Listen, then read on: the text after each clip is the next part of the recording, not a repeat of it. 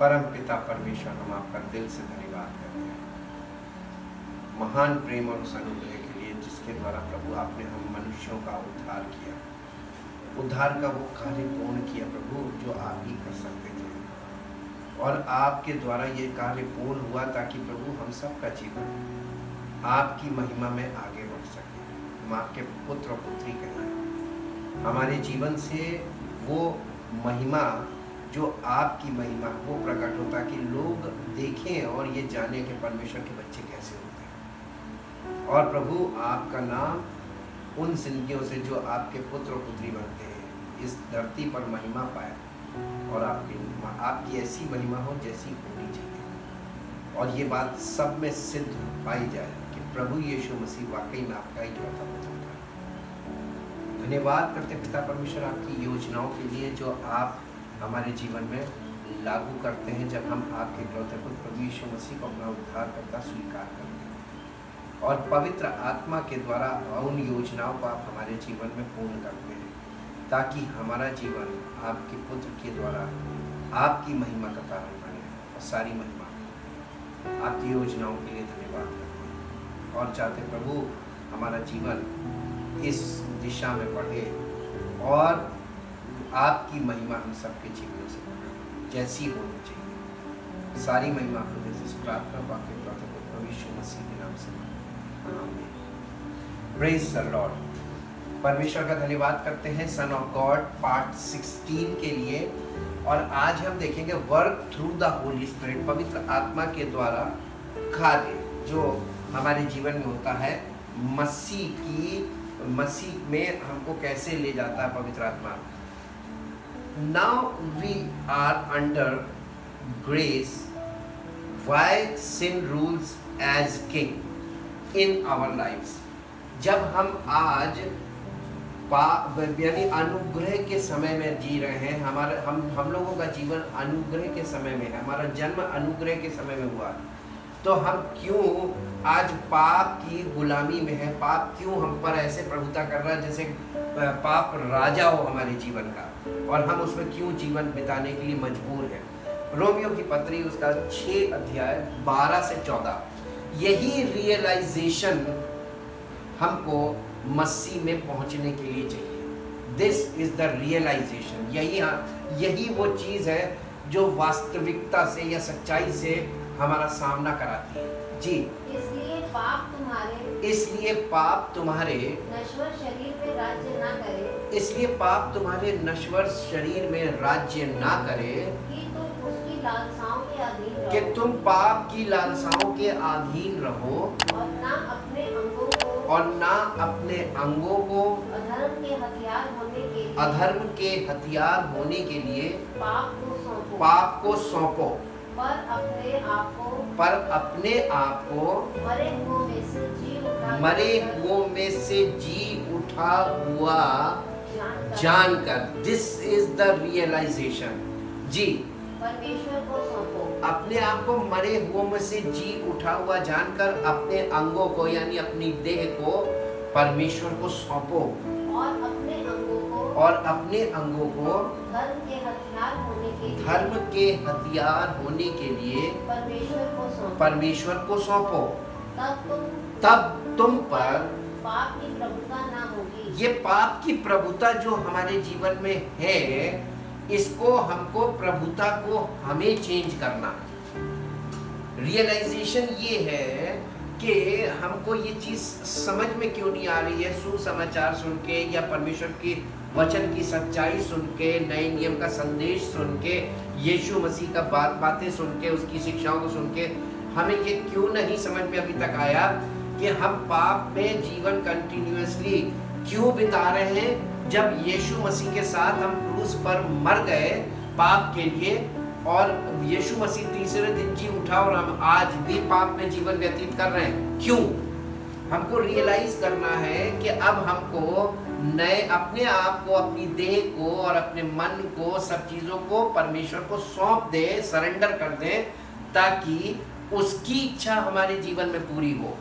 यही रियलाइजेशन, इसी के ये जब हमारे जीवन में होता है तभी परमेश्वर पिता, पुत्र, पवित्र आत्मा हमको नए जन्म के द्वारा यहाँ पहुंचाते हैं। This is the realisation. क्योंकि तुम व्यवस्था के अधीन क्योंकि नहीं, तुम व्यवस्था के अधीन नहीं वरन अनुग्रह के अधीन हो। वरन अनुग्रह के अधीन हो। याद दिलाया जा रहा है कि भैया गुलामी में तुम क्यों जीवन बिता रहे हो, पाप की गुलामी में। ये तो अनुग्रह का समय है। प्रभु ने तुम्हारे लिए सब उद्धार का कार्य पूरा कर दिया है, तुम्हें तो सिर्फ ज्वाइन करना है। जी इंग्लिश में, Let not sin, let not sin, therefore rule as king rule as king in your mortal, short-lived, short-lived, perishable body, यानी फिजिकल बॉडी की बात कर रहा है जी। to make you yield To make you yield to its cravings to its cravings and be subject to its lusts and be subject to its lusts and evil passions. and evil passions. Do not continue offering Do not continue offering or yielding your bodily or members yielding your bodily members and faculties and faculties to sin to sin as instruments of wickedness, as instrument of wickedness, but offer and yield yourselves to and God, yield yourselves together to God as though you have been raised from the dead you have been raised from the dead to perpetual life, and your bodily members and faculties and your bodily members and faculties। यहाँ पे bodily member मतलब हमारे हाथ पैर शारीरिक अंग, और faculties का मतलब हमारी senses इंद्रियां जी। to God, presenting them as implements of righteousness. implements of righteousness. For sin shall not any longer exert dominion over you, since now you are not under law as slaves but under grace, as subjects of God's favor and mercy. and mercy। इसीलिए हमने लिखा ना, now we are under grace, we are under the subject of favor and mercy। परमेश्वर अनुग्रह कर रहा है, इस अनुग्रह का फायदा उठाओ और रियलाइज करो कि हम क्यों पाप में जीवन बिता रहे हैं। योक ऑफ जीसस यानी यीशु मसीह के योग के बारे में ये एक भेद के रूप में बात की है, और ये इन क्राइस्ट होना है। Yoke means power and influence from the Holy Spirit, यानी पवित्र आत्मा के सामर्थ्य और उसका इन्फ्लुएंस यानी उसका प्रभाव हमारे जीवन में ऐसा हो कि पिता और पुत्र दोनों के साथ वो हमारी हार्मनी पैदा करता है। हार्मनी का मतलब सामंजस्य, तालमेल। ये तालमेल बनाया जा रहा है यहाँ पे। इसीलिए यीशु मसीह ने ये कहा था कि मेरा जुआ अपने ऊपर उठा लो और मुझसे सीखो। देखिए ये एकदम विलिंगनेस वाली बात है। इच्छा हो पूरी तरीके से, पूरी इच्छा के साथ यहाँ पे आना है। आपकी अगर इच्छा नहीं है तो यहाँ पे आपको एंट्री नहीं मिलेगी। Willingness must. और जब आपकी इच्छा होगी तभी आप इस वाले सेक्शन में जा पाएंगे और टिक पाएंगे। कई बार लोगों को उद्धार तो मिल जाता है, लेकिन विलिंगनेस ना होने के कारण उनको ये सेक्शन नहीं मिलता, तो वो उस उद्धार पाने के बाद वापस फिर वही वर्ल्ड में चले जाते हैं। इसको कहते हैं बैकस्लाइड करना। वो बैकस्लाइड हो गए, और मैक्सिमम लोग इसीलिए बैकस्लाइड कर जाते हैं क्योंकि आगे की गाइडेंस उनके पास नहीं होती, और अगर मिलती भी है तो उनका इच्छा नहीं होती, वो अग्री नहीं करते कि नहीं अभी ये नैरो वे में कोई नहीं जाना मांगता। ये है सकरा मार्ग। गलातियों की पत्री अध्याय 5 उसका 16 पद और 25 पद पढ़िएगा। पर मैं कहता हूँ आत्मा के अनुसार चलो। आत्मा यानी पवित्र आत्मा के अनुसार चलो तो तुम शरीर की लालसा किसी रीति से पूरी ना करोगे। यदि हम आत्मा के द्वारा यानी पवित्र आत्मा के द्वारा जीवित हैं तो आत्मा के अनुसार चले, तो पवित्र आत्मा के अनुसार चले भी। अब इन दोनों को इंग्लिश में पढ़ो बेटा। But but I say, walk and live habitually. walk and live, कैसे? Habitually. Habitually का मतलब क्या होता है? आदत बना. आपके शारीरिक जीवन में आपकी हर चीज की आदत पड़ती है. जो कुछ आप सवेरे सो के उठते हैं और रात को सोने तक जो कुछ आप करते हैं वो सब हैबिचुअली होता है. आपको उसकी आदत लग गई. लेकिन क्या पवित्र आत्मा के साथ चलने की आदत है किसी में? तभी तो यीशु मसीह ने कहा था, मेरा जो अपने ऊपर उठा लो मुझसे सीखो. This is the thing we learn. ये हार्ड लेसन्स हैं और ये हार्ड लेसन्स हार्ड लाइफ के लिए यीशु मसीह का सकरा है वो मार्ग जो जीवन को जाता है. थोड़े हैं जो उसमें प्रवेश करेंगे. उसने बताया कठिन है वो मार्ग. इसका मतलब ये जो रास्ता है ये सच्चाई का रास्ता ये कठिन है.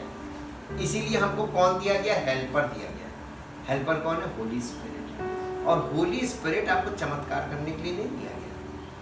होली स्पिरिट चमत्कार करता है लेकिन आप चमत्कार नहीं कर सकते.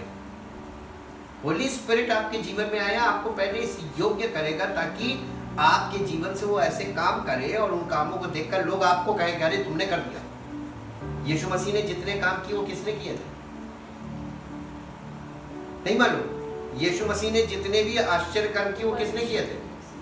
God the father, the spirit of father in him. उसने कहा पिता मुझ में होकर काम कर रहा है, इन कामों का विश्वास करो. तो इसका मतलब यीशु मसीह नहीं कर रहा था. वो the spirit of the father, पिता का आत्मा उसमें था, वो काम कर रहा था. और पिता का आत्मा आश्चर्य कर्म कर रहा था. लोग बड़ाई किसकी कर रहे थे? यीशु मसीह. ठीक वैसे ही हम अगर होली स्पिरिट के साथ एकदम तालमेल मिला के वैसा जीवन बिताएंगे तो हमारे जीवन से जब पवित्र आत्मा काम करेगा ना तो लोग कहेंगे तुमने किया. और हमको तुरंत इस चीज को बताना है, सच्चाई बतानी. मैंने नहीं किया, ये उसने किया है. ये परमेश्वर ने किया, पवित्र आत्मा ने किया या यीशु मसीह ने किया. यीशु मसीह का आत्मा पवित्र आत्मा है जी. habitually walk and live habitually in the Holy Spirit, in the Holy Spirit, responsive to and controlled and guided by the Spirit, and led by the Spirit. का मतलब मालूम क्या है? responsive to and controlled by and guided by the Spirit, and guided by the Spirit. Holy Spirit. Then you will certainly not gratify. You will certainly not, यानी तब तुम निश्चय, दावे के साथ कह रहा है, तब तुम निश्चय अपने शरीर की इच्छाओं को आगे पढ़ो. क्या लिखा? Not gratify the cravings and desires the cravings and desires of the flesh. यानी शरीर में जो तुम्हारी इच्छाएं पैदा होती हैं, अभिलाषाएं पैदा होती हैं, ये पैदा होना बंद हो जाए. ये सिद्धि है और ये पवित्र आत्मा के द्वारा हमको सिद्धि में ही तो ले जाया जा रहा ताकि हम सिद्ध मनुष्य बने. वो रिलीजियस टीचिंग लेकर नहीं आया, ना रिलीजियस टीचिंग उसने दी. और आज जितने लोग रिलीजियस पॉइंट ऑफ व्यू लेकर खड़े में, ये फॉल्स है. आप पवित्र आत्मा के अनुसार चलने लगेंगे तो आपको खुद ही पता चल जाएगा. दे आर फॉल्स जी. Of human nature यानी पवित्र आत्मा के अनुसार चलने का मतलब क्या है मालूम है? आपका जो ह्यूमन नेचर है विदाउट गॉड यानी गॉडलेस नेचर, वो उसकी बातें आप एक्सेप्ट नहीं करेंगे. ओबीडिएंट होना पड़ेगा पवित्र आत्मा के साथ. तभी आप पवित्र आत्मा के द्वारा सच्चाई के मार्ग में और जीवन के मार्ग में आगे बढ़ेंगे. और तब आपको पता चलेगा कि ये जो आपकी गॉडलेस ह्यूमन लाइफ थी वो क्यों, अब आपको पता चलेगा कि ये क्या था जी. If we live by the Holy Spirit, let us also walk by the Spirit. If by the Holy Spirit we have our life in God, let us go forward, walking in line, our conduct controlled by the Spirit. हमारा जो चरित्र है वो पवित्र आत्मा के द्वारा controlled हो. हमारी इच्छा ना काम करे, इसलिए ये वाले पार्ट में आकर हमारी अपनी सब इच्छाओं को हम खत्म करते हैं या खत्म किया जाता है पवित्र आत्मा के द्वारा। और जब ये वाला काम कंप्लीट हो जाता है, ये रिन्यूड इन आवर माइंड, ये रिन्यूअल हो गया, फिर हम यहाँ पहुँचते हैं, we reveal with Jesus Christ as sons of God, यानी we reveal through the son of God as sons of God. ये कब होगा? ये अपकमिंग इवेंट है। और ये पहले यूहन्ना 3 अध्याय के 2 पद में लिखा हुआ है, हिंदी में पढ़िए। हे प्रियो, अब हम परमेश्वर की संतान हैं, अभी हम परमेश्वर की संतान हैं, और अभी तक ये प्रकट नहीं और हुआ अभी तक ये प्रकट नहीं हुआ है कि हम क्या कुछ होंगे। कि हम क्या कुछ होंगे। इतना जानते हैं हैं कि जब वह प्रकट होगा, जब यीशु मसीह प्रकट होगा तो हम उसके समान होंगे। तो हम किसके समान होंगे? तो हम उसके साथ प्रकट होंगे ना, इन हिज बॉडी, क्योंकि हम उसकी बॉडी में हैं। यानी अभी वो हमारी बॉडी के अंदर है, वो भी हिडन वर्क कर रहा है और वो खुद छिपा हुआ है और वो छुप के हमारे अंदर काम कर रहा है, ताकि जब वो रिवील हो तो हम भी उसके साथ रिवील हो। तो son of God and sons of God एक साथ रिवील हो। तो ये वाली स्टेज हम लोगों की सबकी एक साथ होगी, क्योंकि उसको वैसा ही देखेंगे, क्योंकि उसको वैसा ही देखेंगे जैसे वो है। जैसा वो है, एग्जैक्ट कॉपी होगी। जी, English. Beloved, Beloved, we are even here, we are even here, and now God's children. and now God's children. It is not yet disclosed, It is not yet disclosed, made clear what we shall be what we shall be hereafter. hereafter, But we know that but we know that when He comes when He comes and is manifested, and is manifested, we shall, as God's children, resemble and be like Him. and be like Him, For we shall see Him for we shall see Him just as He really is. just as He really is. हम उसके साथ उसके जैसे ही प्रकट होंगे। We can see and learn from Jesus about the life of born from God.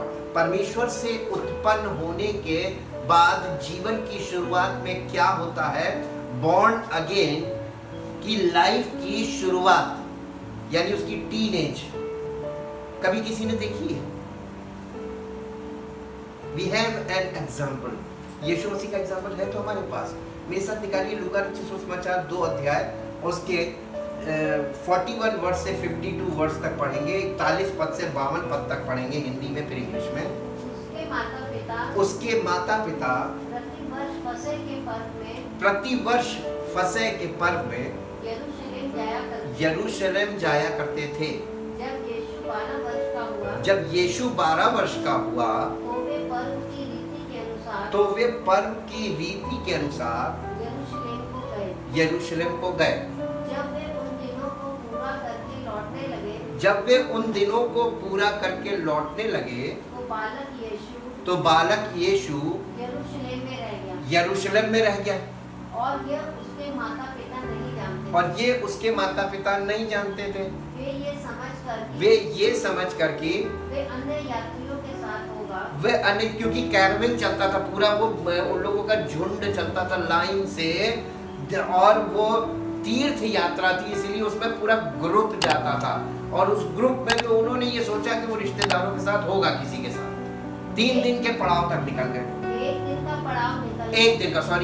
का पड़ाव निकल गया, और उसे अपने कुटुंबियों और जान पहचान वालों में, और उसको यीशु को, बालक यीशु को अपने कुटुंबियों, अपने जान पहचान वालों के में ढूंढ रहे थे।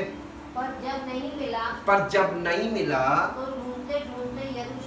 तो ढूंढते ढूंढते वापस बैक हुए टू द यरूशलेम को पहुंच गए। और 3 दिन के बाद उन्होंने उसे मंदिर में, यानी उनको एक दिन के पड़ाव पे निकल गए थे, फिर एक दिन वापस, और फिर एक दिन ढूंढने में 3 दिन का पड़ाव निकला, यानी 3 दिन का समय निकला।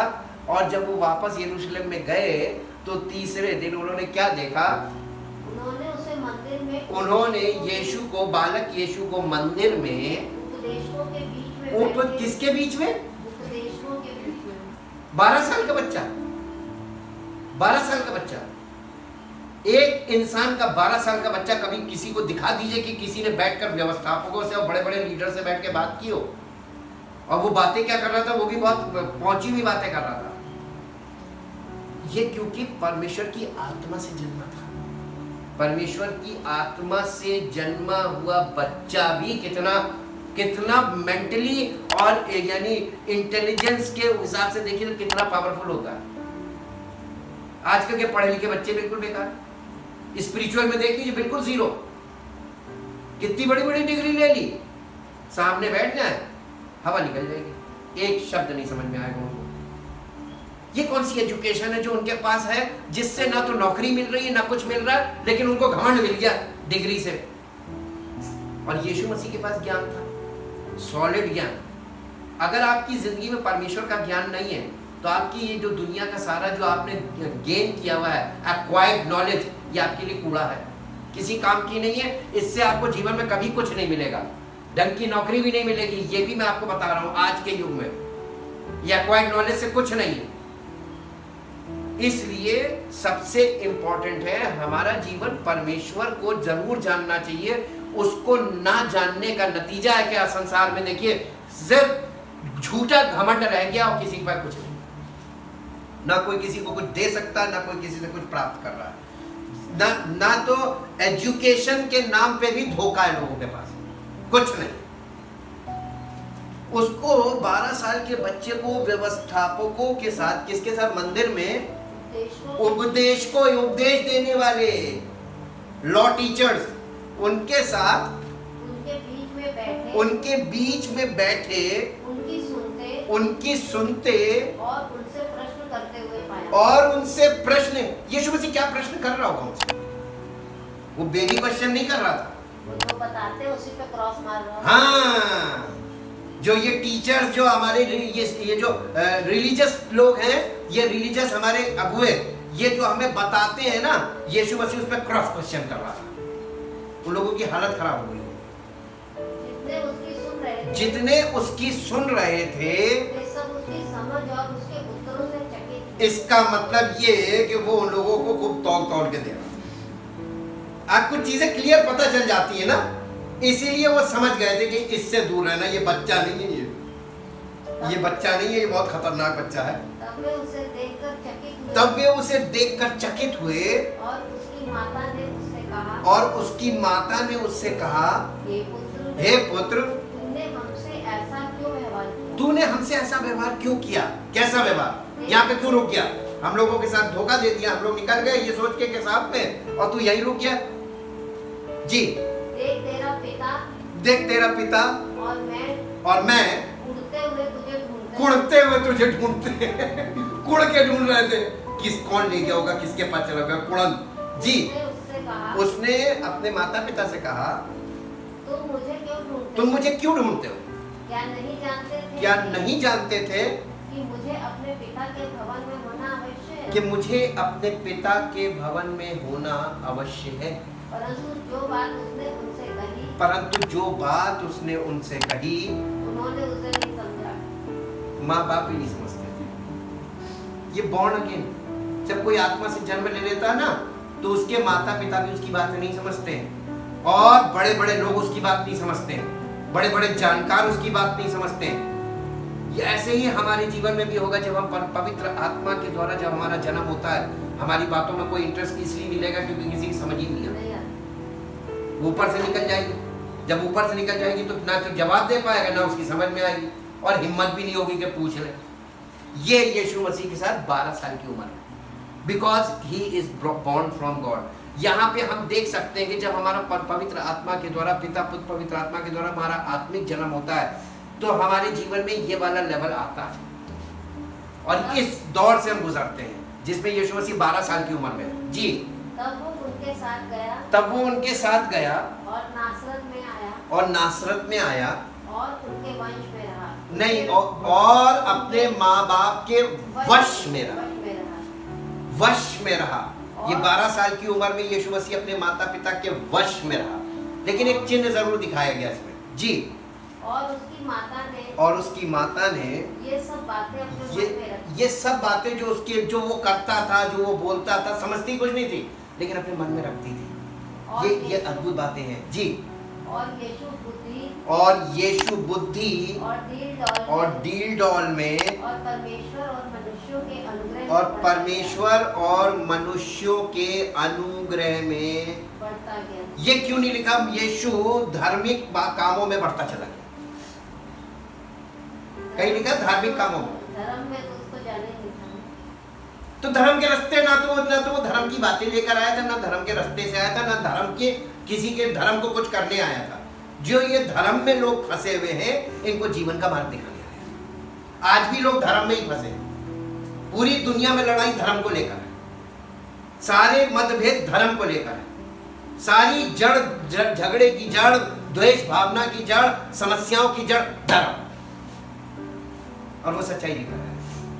सच्चाई का जीवन कैसा होता है, सत्य के मार्ग में कैसे चलना, वो मुद्दे की बात कर रहा था, जीवन की बात कर रहा था। और वो किसी का धर्म नहीं बदलता, क्योंकि वो तो खुद धर्म के विरोध में था। वो तो जीवन की बातें कर रहा था, हृदय परिवर्तन, परिवर्तित जीवन के बारे में बात कर रहा था, जिसे आज तक लोगों ने कभी बचपन से सुना ही नहीं, तो इन बातों को वह अजीब समझते हैं जी। अब देखिए, यहाँ बेटे इसको इंग्लिश में पढ़ो, Luke chapter 2 verse 41 to 52। Now his parents went to Jerusalem every year to the Passover feast. to the Passover feast. And when he was 12 years old, When he was 12 years old, they went up as was their custom. was their custom। ये tradition था उनका तरीका था, अपना रीति थी जी। And when the feast was ended, And when the feast was ended, as they were returning, the the boy Jesus remained remained behind in Jerusalem. Now his parents did not know this, Now his parents did not know this, but but supposing him to to be in the caravan, they traveled on a day's journey. huh? They traveled They traveled on a day's journey, on a day's journey, and then they sought him diligently, looking up and down for him among their kinsfolk and acquaintances. And when they failed to find him, And then they failed to find it. they went back to Jerusalem, They went back to Jerusalem, looking for him up and down all the way. all the way. After 3 days, After 3 days, they found him they found him in the court of the temple, in the court of the temple, sitting among the teachers, sitting among the teachers, listening to them and asking them questions. questions. And all who heard him were astonished were astonished and overwhelmed and overwhelmed with bewildered wonder with bewildered wonder at his intelligence at his intelligence and understanding and understanding and his replies. and his replies. And when they, Joseph and Mary saw him, saw him, they were amazed. And his mother said to him, Child, why have you treated us like this? why have you treated us like this? Here your father and I Here your father and I have been anxiously looking for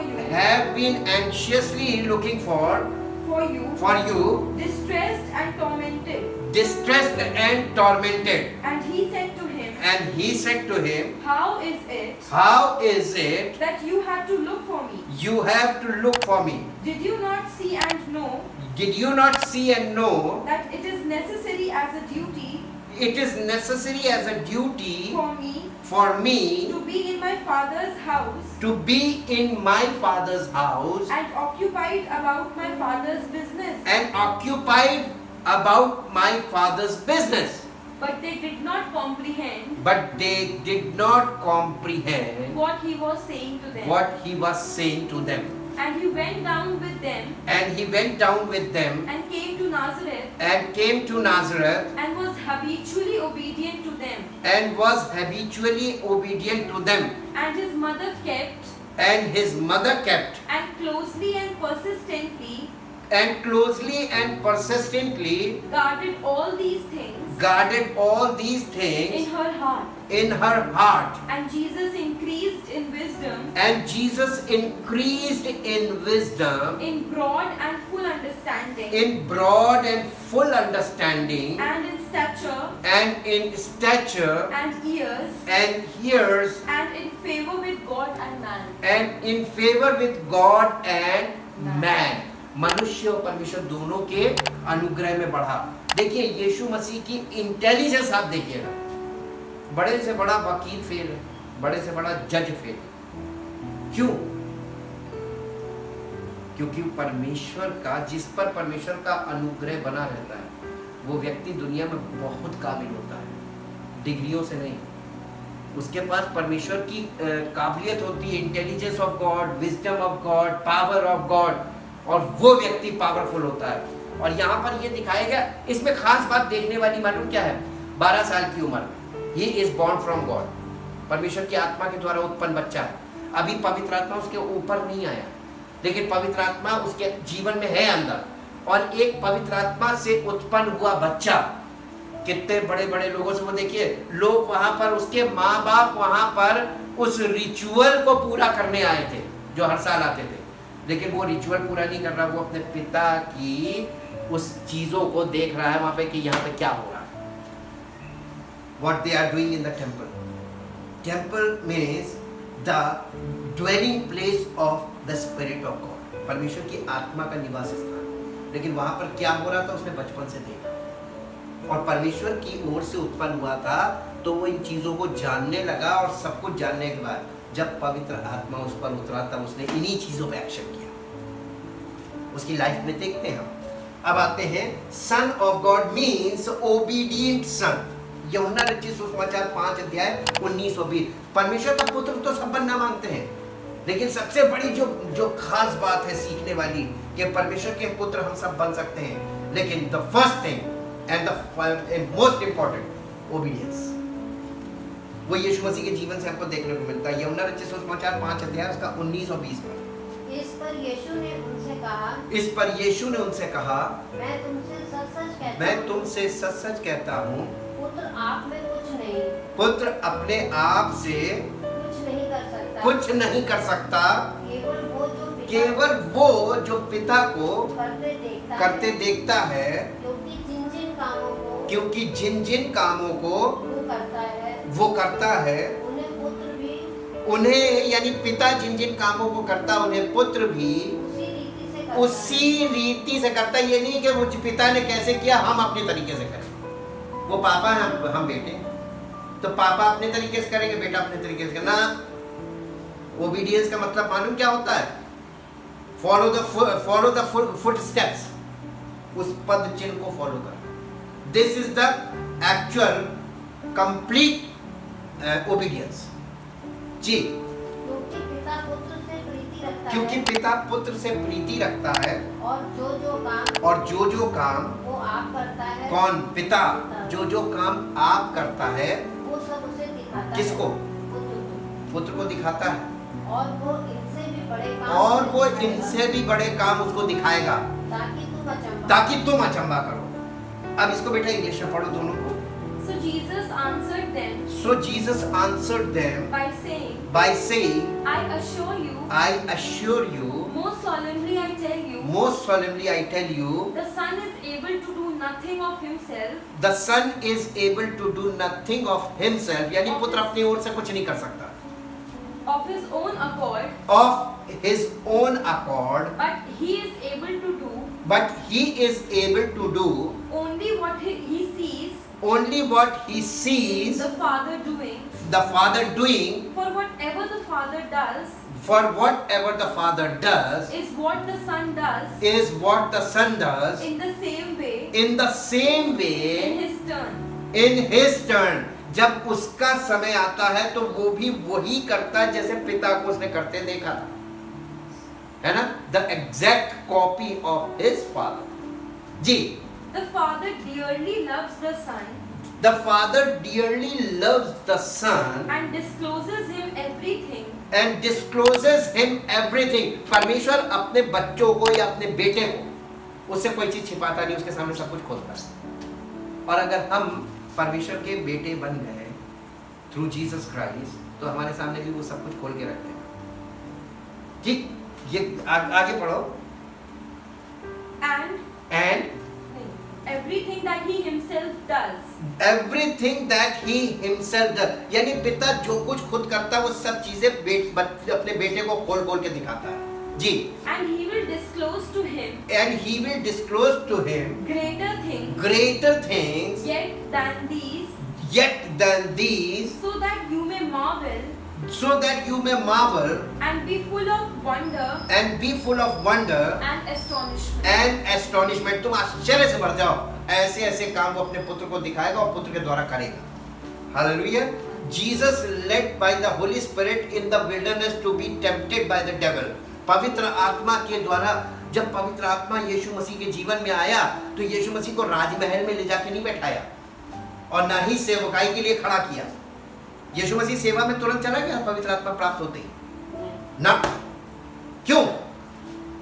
training बाकी थी ना, temptation, examination बाकी था। ये पवित्र आत्मा जब हमारे जीवन में आएगा तो सबसे पहले हमको एग्जामिनेशन में से गुजरना पड़ेगा। एग्जामिनेशन क्या है? Tempted by the devil. और जगह क्या है? विल्डरनेस। विल्डरनेस का मतलब होता है निर्जन जगह जहाँ जीवन नहीं, निर्जन स्थान जहाँ पर न खाने को है, न पीने को है, न सोने को है, कुछ भी नहीं है, कोई सिक्योरिटी नहीं, द प्लेस ऑफ इनसिक्योरिटी, कोई चीज नहीं वहां पे। उसको विल्डरनेस का मतलब होता है, विल्डरनेस का मतलब जंगल नहीं है, विल्डरनेस का मतलब है निर्जन स्थान जहाँ जीवन नहीं है। और वहां पर ले गया और उसको, ताकि उसकी शैतान से उसकी परीक्षा हो। लूका रचित सुसमाचार 4 अध्याय का पहला और दूसरा पद पढ़िए, हिंदी में फिर इंग्लिश में। फिर यीशु पवित्र आत्मा से भरा हुआ, फिर यीशु पवित्र आत्मा से भरा हुआ यरदन से लौटा और 40 दिन तक आत्मा के सिखाने से। किसके? आत्मा के। लेड बाय द स्पिरिट का मतलब क्या होता है? पवित्र आत्मा के सिखाने से, जो सिखाया जा रहा वैसा करना। This is called the led by the Spirit. जी, आत्मा के सिखाने से। जंगल में फिरता रहा। जंगल, हिंदी में जंगल लिखा हुआ है लेकिन वो विल्डर निर्जन स्थानों में फिरता रहा। जी। और शैतान उसकी परीक्षा करता रहा। कितने समय तक? 40 दिन तक शैतान उसको परखता रहा। How many days? 40 डेज। और इन दिनों में उसने कुछ नहीं खाया। उन दिनों में उसने कुछ ना खाया। और उन दिनों में उसने कुछ ना खाया। भाई, आपको जब एग्जामिनेशन आ जाता है तो भूख लगती है? लगनी नहीं चाहिए। हमारा सबसे पहला भूख जो है ना, क्योंकि यीशु मसीह ने एक जगह बोला, मैं उसके चेले कहने लगे रोटी खा ले। उसने कहा मेरा भोजन ये अपने भेजने वाले की मर्जी पूरी करो, उसकी इच्छा पूरी करो। तो यीशु मसीह अपने पिता की इच्छा को पूरी करने के लिए इतना ज्यादा वो रहता था कि उसको भूख प्यास नहीं लगती थी। जी। उन दिनों में उसने कुछ ना खाया। उन दिनों में उसने कुछ ना खाया। और जब वे दिन पूरे हो गए तो उसे भूख लगी। तब उसे भूख लगी। जी, उसे इम्पेटस पे इंग्लिश में पढ़ दो। Then Jesus, full of and controlled by the Holy Spirit, Jesus was full of and controlled. अब पवित्र आत्मा ऊपर उतर गया, ये फेस चेंज हो गया लाइफ का। Holy spirit in us, Holy Spirit with us and Holy Spirit upon us, 3 ways। जी। Returned from the Jordan and was led in by the Holy Spirit. Led by the Spirit में to led in यानी controlled by and driven by the Holy Spirit। जी। For during 40 days in the wilderness desert। where he was। देखिए, desert में कहीं जंगल होता है? हिंदी में बिल्कुल एकदम गलत लिखा हुआ जंगल। निर्जन स्थान था ये, निर्जन स्थान जहां पर छाया के लिए पेड़ तक ना हो, धूप में, डेजर्ट। जी। where he was tempted, tried, tested exceedingly by the devil, and he ate He is full controlled and driven by, led by the Holy Spirit and tested by, Holy Spirit. they tested by Satan. हाँ, tested by कुछ आपको अजीब सा नहीं लग रहा? पवित्र आत्मा से भरा, पवित्र आत्मा के द्वारा चलाए चलने वाला व्यक्ति, उसके सामने शैतान आके खड़ा हो जाए। अरे ये तो बहुत अच्छी बात है। मालूम क्यों? ये बताइए, शैतान उसका क्या बिगाड़ सकता है? He is controlled by the Holy Spirit. तो उसके पास तो हेल्पर है ना, सहायक है, बुद्धि देने वाला है, शक्ति देने वाला है। वो उसको चाहे कितना भी भूखा रहना पड़े वो रह लेगा। उसको सामर्थ कौन देगा? जीवन कौन देगा भूखा रहने पे? पवित्र आत्मा है। तो जब पवित्र आत्मा हमारे जीवन में आ जाता है ना, तब हम शैतान का सामना करने के लायक हैं। और बिना पवित्र आत्मा के हम शैतान के सामने टिक नहीं सकते। और ये टेस्टिंग बहुत जरूरी टेस्टिंग होती है। ये सेवकाई से पहले की टेस्टिंग होती है। सेवा में जाने से पहले तुम्हें शैतान ठोक बजा के देखेगा कि तुम हो कौन। यीशु को मैं जानती हूँ, पौलुस को पहचानती हूँ, तुम कौन हो? दुष्ट आत्मा ने बोला था ना, प्रेरितों काम 19 अध्याय पढ़ के देखिएगा जी। And he ate nothing And he ate nothing during those days. during those days, And when they were completed, and when they were completed, he was hungry. he was hungry. बेटा इसी के साथ एक पद और पढ़ दो, भाई लूका रचित सुसमाचार उसके 4 अध्याय का 14 पद, हिंदी में फिर इंग्लिश में। 4 अध्याय का 14 पद, लूका 4:14। फिर यीशु आत्मा की सामर्थ से भरा हुआ। देखिए जंगल में गया था तो कैसे गया था? पवित्र आत्मा के सामर्थ से भरा हुआ ही तो गया था। पवित्र आत्मा से भरा हुआ गया था, सामर्थ से नहीं भरा था। तो एक फेज ये है कि पवित्र आत्मा से परिपूर्ण होना, और इसका दूसरा फेज है आफ्टर द टेस्टिंग। एग्जामिनेशन पास करने के बाद, शैतान पर जयवंत होने के बाद फेज चेंज हो गया। यहाँ पे क्या लिखा हुआ? फिर यीशु आत्मा की सामर्थ, अभी अब पवित्र आत्मा से नहीं, अब पवित्र आत्मा की सामर्थ से भरा हुआ गलील को लौटा, गलील को लौटे, यानी जंगल से बाहर आया, वो निर्जन स्थान से बाहर आया, और उसकी चर्चा आसपास के सारे देश में फैल गई। अरे सारे देश में फैल गई। सामर्थ के काम शुरू हो गए। सेवकाई कब शुरू हुई थी? पवित्र आत्मा मिलने के बाद या पवित्र आत्मा की सामर्थ मिलने के बाद? सामर्थ। बिल्कुल यही पैटर्न उसने हम लोगों के लिए भी रखा है आगे। उसने अपने चेलों को पवित्र आत्मा दिया, फूका काल लो पवित्र आत्मा, लेकिन उसने उसी के साथ साथ ये भी कहा कि मंदिर में ठहरे रहना, जब तक ऊपर से सामर्थ्य ना पा लेना तब तक चले मत जाना सेवकाई करना। चेंज आया? तो टेस्टिंग पहले है। अब देखिए यही सब चीजें तो मिसिंग है आज लोगों के, सेवकों के अंदर ये सब मिसिंग है। कोई भी एकदम प्रॉपर वे में नहीं आया, इसलिए सब रिलीजियस लीडर बन गए, एक भी स्पिरिचुअल नहीं। ये हम यीशु मसीह के जीवन से इन चीजों को सीख लेते हैं। इंग्लिश में बेटा पढ़ो, लूका 4:14। Then Jesus went back, Then Jesus went back, full of and under the power of full of and under the power of the Holy Spirit, the Holy Spirit, into Galilee, into Galilee, and the fame of him and the fame of him spread through the whole region spread through the whole region round about. round about। यानी यीशु मसीह पवित्र आत्मा के से भरा हुआ wilderness में गया और पवित्र आत्मा की सामर्थ से भरा हुआ वहां से निकला। ये था टेस्टिंग के बाद का। अब इसके बाद आते हैं, योक means with Jesus Christ in unbroken fellowship with God the Father। यानी यहाँ पर ट्रिनिटी आती पूरी योक में। योक में ट्रिनिटी कैसे आती है इसको आपको समझना पड़ेगा। बिल्कुल बेसिक प्रिंसिपल। जब आप ये जो बैल होता है, उस जमाने में जो बैल होते थे, 2 बैल होते थे, 2 बैलों की जोड़ी होती थी, और उनके यानी गर्दन के ऊपर जुआ रखा होता था, और जुए से एक डंडा जुड़ा हुआ होता था, और उस डंडे में लास्ट में ऐसे लंबा लंबा एक डंडा होता था, उसके नीचे फाल लगा होता था, और उसी को हल कहते हैं। हल का कंट्रोल किसके हाथ में होता था? किसान। और अब आप सर्किट देखिए, ये यीशु मसीह ने बिल्कुल सिंपल तरीके से बता दिया था लोगों को कि उसने कहा कि मेरे साथ मेरे जुए में आ जाओ, इनवाइट किया, तुम मेरा जुआ अपने ऊपर उठा लो, यानी मेरे साथ जुए में आ जाओ। एक जो ट्रेंड बैन है वो यीशु मसीह है।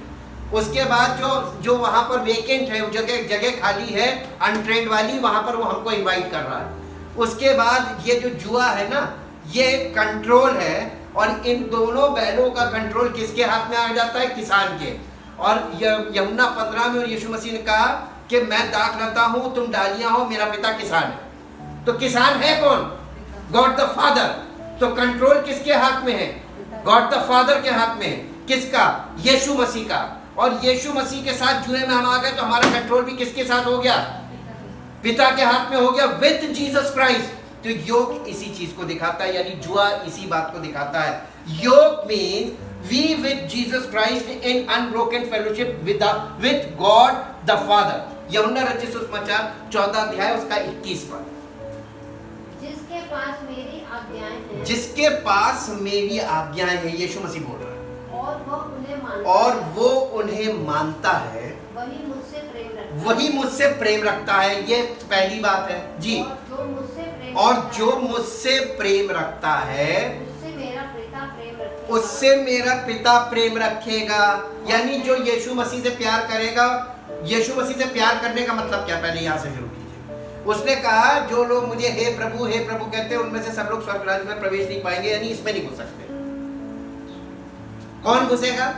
जो मेरे पिता की इच्छा पर चलता, उसने वहां पर भी बोला।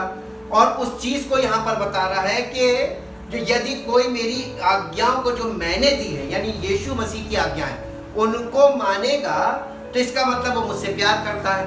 और जो मुझसे प्रेम करेगा उससे मेरा पिता प्रेम करेगा। और जिससे मेरा पिता प्रेम करेगा, पढ़िए, और मैं उससे प्रेम रखूंगा जिससे मेरा पिता प्रेम रखेगा, और अपने आप को उस पर प्रकट, और उसी पर कह रहा अपने आप को प्रकट करूंगा। ये पवित्र आत्मा आ गया। यीशु मसीह कभी भी ऐसे नहीं आएगा। पवित्र आत्मा के द्वारा, मसीह का आत्मा हमारे जीवन में आ गया, इसका मतलब प्रकटीकरण। वो मैं अपने आप को उस पर प्रकट करूंगा। तो ये प्रकटीकरण क्यों होगा? ये जब हम यीशु मसीह के द्वारा पिता के कंट्रोल में जब हमारा जीवन जाता है, तब यीशु मसीह हमारे जीवन में प्रकट होता है। We must obedient to the Father through Jesus by the Holy Spirit। गलातियों की पत्री उसका 5 अध्याय उसका 16 से 24 पढ़िए। देखिए यहाँ पर तरीका बताया गया। पर मैं कहता हूँ आत्मा के अनुसार चलो, तो तुम शरीर की लालसा पूरी करने का मन नहीं करेगा। ऐसा नहीं लिखा है, किसी रीति से पूरी नहीं करोगे। ये उर्दू में लिखा हरगिज पूरी ना करोगे। क्यों? कौन रोकेगा? आगे पढ़िए। क्योंकि शरीर आत्मा के विरोध में, और आत्मा शरीर के, यहाँ पे आत्मा का मतलब पवित्र आत्मा से है। कंफ्यूज मत होइएगा, ये हमारी ह्यूमन स्पिरिट की बात नहीं कर रहा है। This is the Holy Spirit, यानी पवित्र आत्मा और हमारा शरीर, ये दो ऑब्जेक्ट्स हैं। और बीच में हमारा प्राण। अब हमारा प्राण या तो पवित्र आत्मा की बात मानेगा या शरीर की बात मानेगा। आप किसकी बात मानेंगे? अगर आप पवित्र आत्मा के द्वारा जीवन नहीं जीते हैं, उसके अनुसार नहीं चलते हैं, तो आप निश्चित मुझसे लिख के ले लीजिए, आंख बंद करके कह रहा हूं, आप शरीर की आज्ञा मानेंगे पक्का। कब तक? जब तक आप अपने शरीर को पूरी तरीके से हरा कर और पवित्र आत्मा के द्वारा जयवंत नहीं हो जाते अपने जीवन में, अपने जीवन पे। जी जी। शरीर आत्मा के विरोध में, और आत्मा शरीर के विरोध में लालसा करता है, और आत्मा शरीर के विरोध में लालसा करता है, और वे एक दूसरे के विरोधी हैं। हमारे यानी पवित्र आत्मा और हमारा शरीर, हमारे प्राण के, या तो हम पवित्र आत्मा के अनुसार चलेंगे, हमारा प्राण आत्मिक जीवन की ओर बढ़ेगा, और अगर हम शरीर के अनुसार चलेंगे तो हमारा प्राण शारीरिक बातों में आगे बढ़ेगा। जी। इसलिए कि जो कुछ तुम करना चाहते हो वो ना करने पाओ। और यदि तुम आत्मा के चलाए चलते और अगर तुम पवित्र आत्मा के अनुसार चलते हो तो व्यवस्था के अधीन न तो तुम व्यवस्था के अधीन नहीं। अब यहाँ पे आ जाइए, आज लोग क्यों व्यवस्था के अंतर्गत पाप उन पर क्यों जयवंत है? क्योंकि वो शरीर के अनुसार चल रहे हैं। इधर देखेंगे तब पता चलेगा। यहाँ पर ये बताइए लोग आज क्यों पाप में जीवन बिता रहे हैं? क्योंकि शारीरिक जीवन जी रहे हैं, इसलिए उद्धार नहीं मिल रहा है, इसलिए वो मसीह में आगे नहीं जा पा रहे जी। शरीर के काम तो प्रकट है, अर्थात व्यभिचार, गंदे काम, लुचपन, मूर्ति पूजा, टोना, बैर, झगड़ा, ईर्ष्या, क्रोध, विरोध, फूट, विधर्म, डाह, मतवालापन, लीला क्रीड़ा और इनके जैसे बहुत से काम, यानी एक्सेट्रा एक्सेट्रा, बहुत लंबी लिस्ट है जी। इनके विषय में मैं तुमसे पहले से कह देता हूँ, जैसा पहले कह भी चुका हूँ, ऐसे ऐसे काम करने वाले परमेश्वर के राज्य के वारिस न होंगे। क्या यहाँ पर एंट्री पाएंगे? इसमें एक छोटी सी बात जो लिखी है ना, क्रोध, वो भी नहीं जा सकता जी। पर पवित्र आत्मा का फल यानी manifestation of holy spirit in our life, पवित्र आत्मा का हमारे जीवन में प्रकटीकरण क्या है? पवित्र आत्मा का फल प्रेम, आनंद, शांति, धीरज, कृपा, भलाई, विश्वास, नम्रता और संयम है। लास्ट वाला क्या चीज है? संयम किसके अंदर है? आज के जमाने तो बिल्कुल नहीं। तुरंत अभी ये लीजिए, तुरंत गोली चलने को तैयार है, तुरंत हम जान भी दे देंगे, तुरंत जान ले भी लेंगे, तुरंत जान दे भी देंगे। पैशनेट, फिजिकल पैशन से भरे हुए लोग, ये इतनी भयानक सिचुएशन है। आप लोग अभी साइकोलॉजिकली इन चीजों को देखेंगे तो आपको पता चल जाएगा किस युग में हम हैं।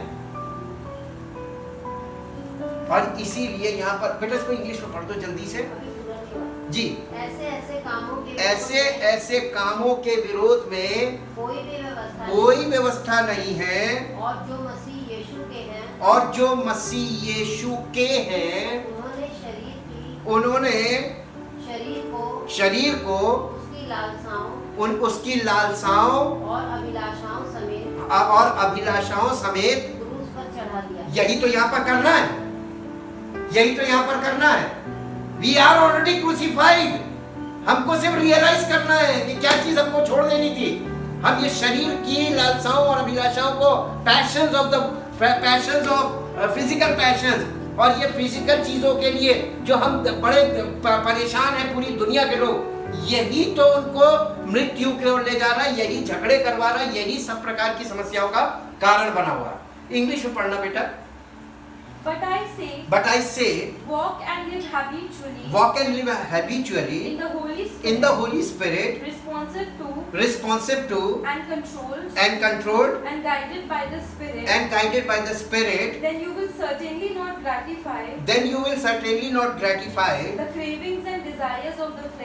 cravings and desires of the flesh. For the desires of the flesh are opposed to the Holy Spirit, and the desires of the Holy Spirit are opposed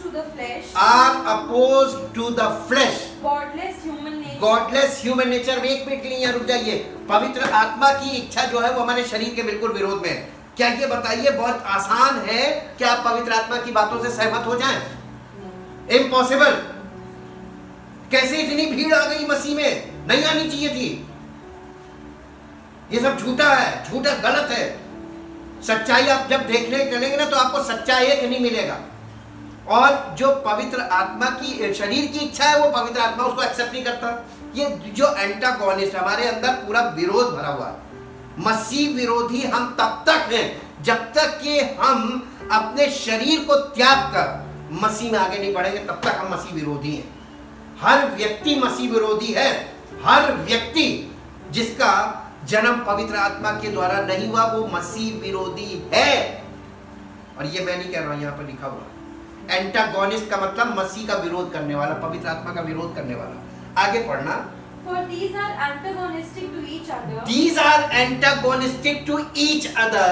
Continually withstanding. Continually withstanding. And in conflict with each other. And in conflict with each other. एक दूसरे के साथ इनका conflict यानी झगड़ा है, विरोध है।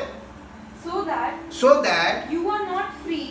You are not free. But are prevented from.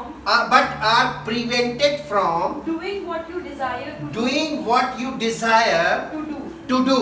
But if you are guided. Led by the Holy Spirit. Led by the Holy Spirit. You are not subject to the law. You are not subject to the law. Now the doings. Practices of the flesh. The practices of the flesh. Are clear. They are immorality. Impurity. Indecency. Idolatry. Sorcery. Enmity. Strife. Jealousy. Anger. Selfishness. Divisions. Party spirit. Factions. Sex with peculiar opinion. Envy. छोटे छोटे groups अलग अलग बनाना। Envy. Drunkenness. Carousing. And the like. I warn you beforehand. Just as I did previously. That those who do such things. Shall not inherit the kingdom of God. But the fruit of the Holy Spirit. But the fruit यानी effect या proof of the Holy Spirit. The work which His presence. Within accomplishes. Within जो हमारे अंदर. Within accomplishes. Is love. Joy. Peace. Patience. Kindness. Goodness. Benevolence. Faithfulness. Gentleness. Self-control. Against such things. There is no law. That can bring a charge. And those who belong to Christ Jesus. And those, especially those who belong to Jesus Christ. Have crucified the flesh. With its passions. And appetites and desires. ये यहाँ पर करना था जी। अब इसके बाद हम आ जाते हैं Jesus born under the law. बहुत इंपॉर्टेंट पॉइंट है। Jesus born under the law, in the period of law, under the law, but living according to the Spirit of God, the Father. यानी यीशु मसीह उस समय में जब वो पैदा हुआ था तो उस समय लॉ पीरियड चल रहा था, व्यवस्था का समय था, व्यवस्था के अंतर्गत पैदा हुआ, लेकिन व्यवस्था के अनुसार जीवन नहीं जिया उसने, क्योंकि वो परमेश्वर की आत्मा के द्वारा पैदा हुआ। जब हम परमेश्वर की आत्मा के द्वारा पैदा हो जाते हैं ना, तो हम उस चीज को एक्सेप्ट नहीं करेंगे और करना नहीं चाहिए। लेकिन आज लोग देखिए कर रहे हैं। रिलीजियस टीचिंग्स को क्यों आप एक्सेप्ट कर रहे हैं जी? यीशु मसीह ने 12 साल की उम्र में इस चीज को बोल दिया था, जब बच्चा था वो। मत्ती रचित सुसमाचार उसका 12 अध्याय उसका 18 पद। देखो यह मेरा सेवक है, देखो ये मेरा सेवक है, जिसे मैंने चुना है। परमेश्वर यीशु मसीह के लिए कह रहा है, देखो ये मेरा सेवक है जिसे मैंने चुना है, मेरा प्रिय, जिससे मेरा मन प्रसन्न है। मैं अपना आत्मा उस पर डालूंगा और वो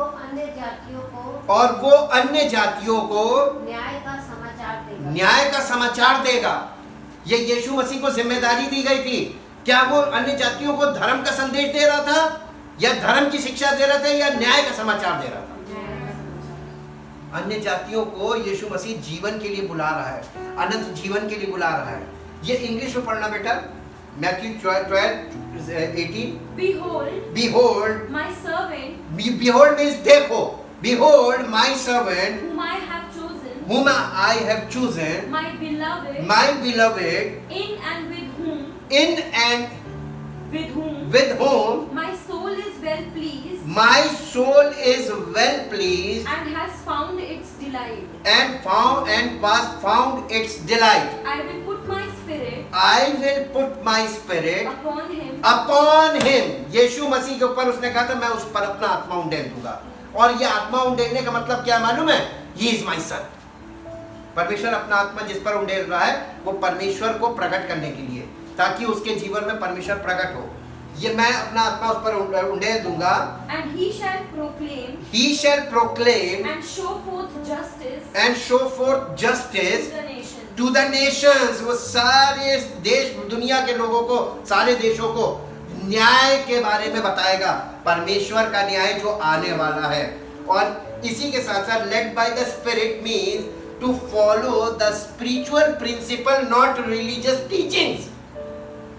ये बहुत इंपॉर्टेंट है। यूहन्ना रचित सुसमाचार 6 अध्याय चैप्टर 6 वर्स 63। यूहन्ना रचित सुसमाचार 6 अध्याय का 63 पद।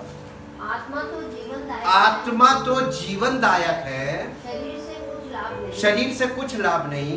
जो बातें मैंने तुम्हें, यीशु मसीह कह रहा है, जो बातें मैंने तुमसे कही हैं वे आत्मा हैं और जीवन भी हैं। यानी यीशु मसीह की टीचिंग आत्मा भी है और जीवन भी है। रिलीजियस टीचिंग की बात नहीं की उसने। इसको इंग्लिश में पढ़ दो बेटा। It is the Spirit who gives life. He is the life giver. The flesh conveys no benefit. Whatever. There is no profit in it. The words. Truths. That I have been speaking to you. Are spirit and life. यीशु मसीह की जो teaching थी वो आत्मा है और उन्हीं में जीवन है। और उसको छोड़कर आज लोग क्या कर रहे हैं?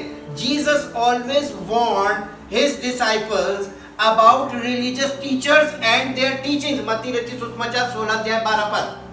तब उनकी समझ में आया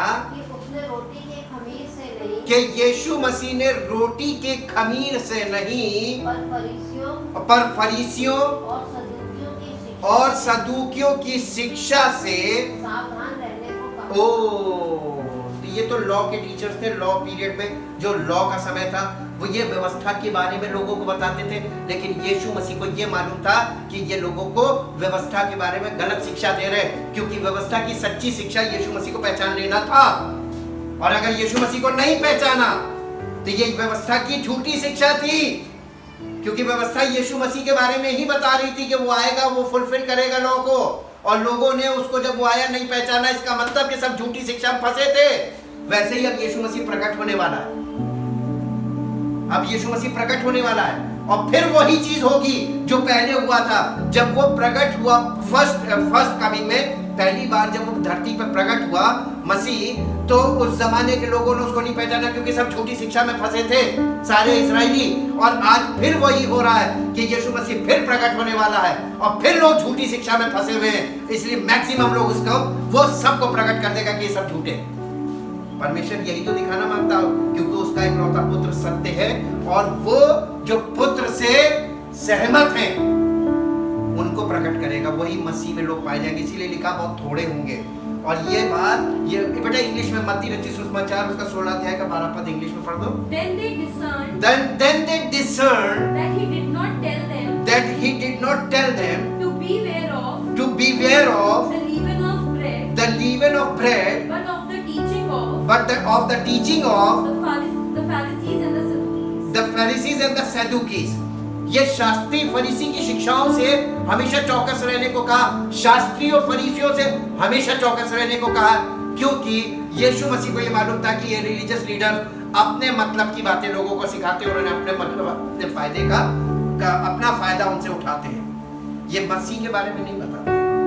थैंक यू परमपिता परमेश्वर, आपके पवित्र वचन के लिए और पवित्र आत्मा के लिए दिल से धन्यवाद करते हैं।